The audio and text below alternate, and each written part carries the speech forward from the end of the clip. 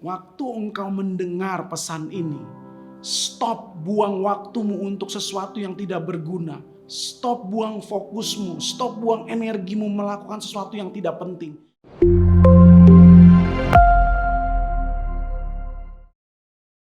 Shalom Bapak dan Ibu, hai anak-anak muda, bagaimana kabar kalian semuanya? Nah, saya percaya kita berdoa bersama dan berharap anugerah Tuhan selalu baru setiap pagi. Kita bisa menikmati anugerah Tuhan. Hari-hari ini ada yang bilang ini adalah cobaan, ini adalah ujian, ini adalah tantangan. Kita berada di hari-hari yang tidak pasti. Nah, Bapak dan Ibu setujukah jika kita berkata bahwa hari-hari ini kita butuh mental seorang pemenang. Kita butuh menjadi seorang pemenang.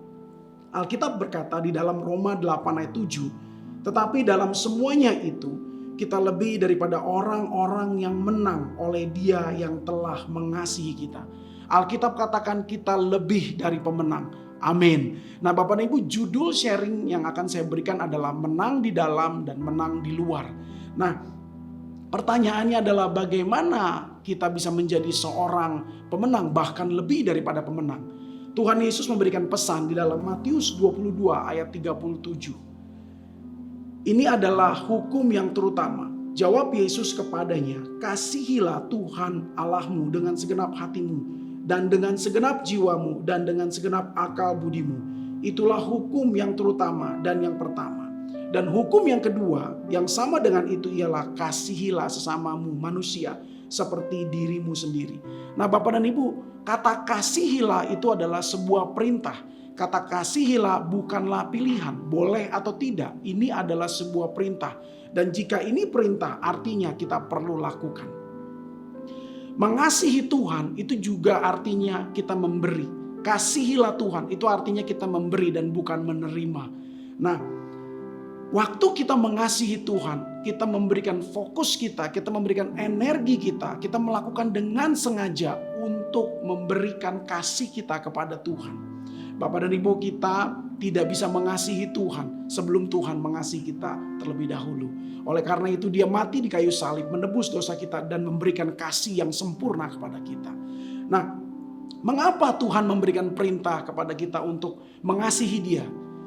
Tujuannya adalah supaya kita terkoneksi dengan Tuhan. Tujuannya adalah supaya kita terhubung dengan Tuhan.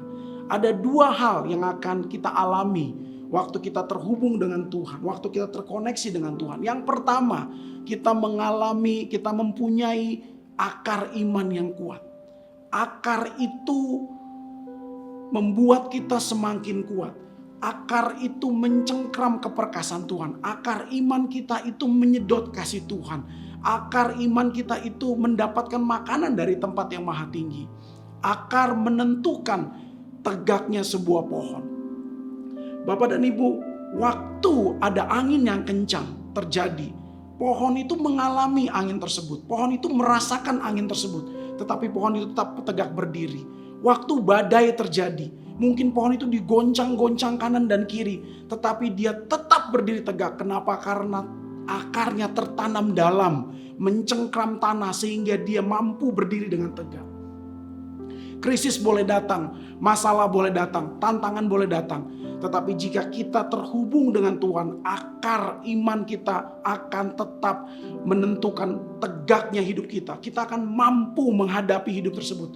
Dan juga kita akan berhasil melewati karena kita terhubung dengan Tuhan.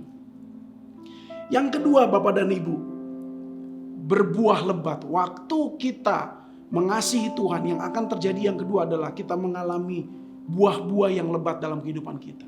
Nanti Bapak Ibu bisa baca di Yohanes 15, itu adalah pasal yang bercerita tentang itu. Saya hanya ingin mengutip satu ayat. Barang siapa tinggal di dalam aku dan aku di dalam dia, ia berbuah banyak. Sebab di luar aku kamu tidak dapat berbuat apa-apa. Bapak dan Ibu, di luar Tuhan kita tidak akan mungkin mengalami buah yang lebat. Waktu orang-orang di sekitar kita mengalami kekeringan, frustasi, mereka mengalami sebuah putus pengharapan, kita memiliki buah dan mereka bisa menikmati buah-buah kehidupan kita. Betul, buah memang membutuhkan proses. Buah membutuhkan sebuah komitmen. Tanpa komitmen kita tidak mungkin bisa memulai, dan tanpa konsistensi tidak mungkin kita bisa menyelesaikannya. Waktu buah itu ada dalam kehidupan kita, kata-kata kita akan memberikan semangat kepada orang-orang yang mengalami putus semangat. Kehidupan kita, cara kita menyikapi apa yang terjadi itu akan menjadi sebuah penentu bagaimana buah kita muncul dalam kehidupan kita. So, Bapak dan Ibu, waktu engkau mendengar pesan ini, stop buang waktumu untuk sesuatu yang tidak berguna. Stop buang fokusmu, stop buang energimu melakukan sesuatu yang tidak penting. Hari-hari ini terjadi adalah untuk kita belajar fokus membangun keintiman kita dengan Tuhan. Sekali lagi, waktu kita mengasihi Tuhan, kita mendapatkan akar-akar yang kuat. Kita menghasilkan buah-buah yang lebat. Sehingga kehidupan kita bukan hanya bisa kita nikmati, tapi juga buat orang banyak. Saat kita terhubung dengan Tuhan, kita akan mengalami kemenangan, yaitu menang di dalam dan menang di luar. Bapak dan Ibu, kita akan lanjutkan langkah kedua di episode yang mendatang. Terima kasih, Tuhan Yesus memberkati. Mari kita berdoa. Tuhan, aku berdoa hari ini, biarlah kasih Tuhan terus ada dalam kehidupan kami. Dan kami mempunyai sebuah keinginan, sebuah kerinduan untuk membangun keintiman dengan Tuhan, mendekat kepada Tuhan. Sehingga waktu kami dekat kepada Tuhan, kami terhubung dengan Tuhan. Dan kami memiliki akar yang tumbuh kuat. Kami memiliki buah dalam kehidupan kami. Sehingga kami lebih daripada seorang pemenang. Kami menang di dalam dan kami menang di luar. Kami memiliki sebuah kehidupan yang dapat dinikmati oleh banyak orang. Terima kasih Tuhan. Biarlah berkat itu kami dapatkan. Kami berdoa, beri kami keinginan sekali lagi untuk kami mampu melakukannya. Di dalam nama Tuhan Yesus Kristus kami berdoa dan mengucap syukur. Amin. Tuhan Yesus memberkati.